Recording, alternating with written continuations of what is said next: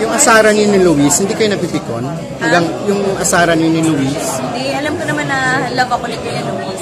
Pero parang minsan kasi parang below the belt na kayo, di ba? Hindi, never. Never kami nagkapikunan. Kasi lagi kami magkausap sa phone, lagi kami magka-text. So, sobrang close namin ni Kuya Luis na alam namin na kung ano yung asaran namin sa social media. Alam namin na talagang, ano naman namin ng isa't isa, talagang true friends kami talaga. Tsaka si Kuya Luis nagkamaya siya dito kasi walang sabi-sabi. Sabi ko, Kuya Luis kami ako, okay, sige. Ganun lang kasi very supportive. Paano pinag-aagalaan yung pamangkin? Ako second mom ka ba niya? Ano ba yung position mo sa buhay niya? Yung bago ko.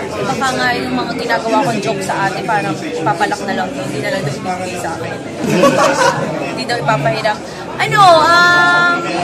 Ako lagi kong binibili kasi ng mga something yung pamangkin ko. Tapos, lagi kong hinihimas yung tiyan niya. Pag magkasama kami. Tapos, ngayon ayaw na ng ate ko kasi daw masakit na daw. Totoo ba yung pag mga masakit pag hinihimas? Masakit na daw for the baby. Kaya kinakantahan mo na lang. Oo, ginagano. Anong huli mong kanta? Test bone. Sige nga, Sex bomb. sample. Test bone.